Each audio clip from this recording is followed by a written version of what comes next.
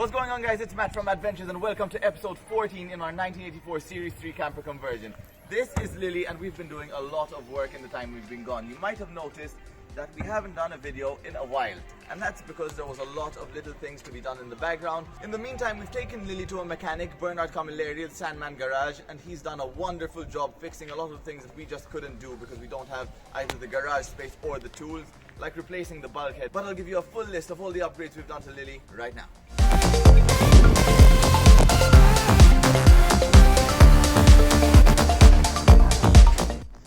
There's our new bulkhead hanging up and we're just about to leave Lily right here. We are at Sandman Garage and Bernard is going to help us out. We have a lot of stuff that needs to be fixed because, as you know, Lily was pretty cheap when we got her.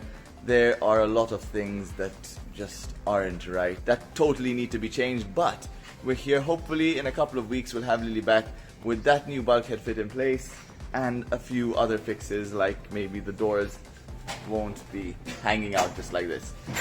So we had a bit of problems even today, but I'm pretty sure that in a few weeks we'll be good to go again.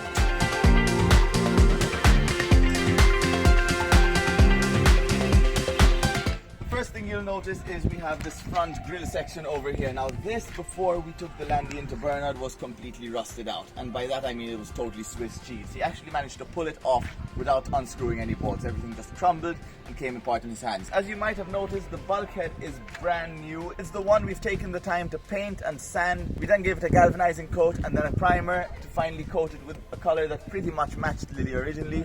Moving on, we actually got the doors to align. They now close nice and flush and they actually lock, which is a really good thing considering we don't want anyone to steal our precious Landy. So what we also did is fix these windows. These came, they're an aftermarket OEM part that basically replaces the original door we had. That also was pretty much rusted out and it was flapping left and right as we drove, making it really unsafe. Sometimes the glass would even fall off the door and hit me while I'm driving. You know, you just can't have that. Now we have even the windows that lock from the inside and the doors that lock with all the latches. Same with this door, it also aligns really well, and if we open up you can see the bulkhead that's inside. There is still a bit of a mess from what we've done, but this panel all here is brand new. Now obviously we do need to maybe fix the upholstery a little bit, but we have this checker plate on the dash which is really nice. We're going to actually make an instrumental cluster right over here, and at the moment, because we have absolutely no electrics, Lily starts with this button. Moving on to the back, we have the most exciting and probably the most expensive part of this reconstruction apart from the bulkhead.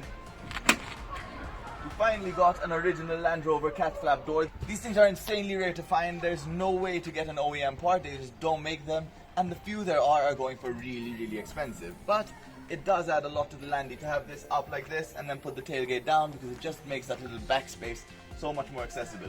Sneak peek, we've also got these seats inside which we're going to install at a later date. We're going to stick those in the front to replace the original seats, and that way they go backwards and forwards and they have their rails, so that's going to make the driving experience a lot more comfortable, especially for drivers of different heights. And last but not least, we have a brand new Crossmember here at the back. As you can recall, the old Crossmember was totally bent out of shape, but that's not the case anymore. We've got this brand new replacement part from Colin Falzon. Again, he's a guy who's helped us out a real lot.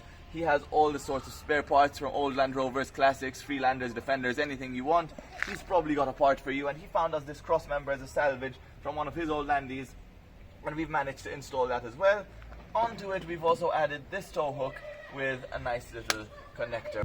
So now that all the mechanical issues are sorted out, we do have a lot more in store for the near future. Very soon we're going to take Lily to an electrician. He's going to make a brand new wiring harness for the whole Landy.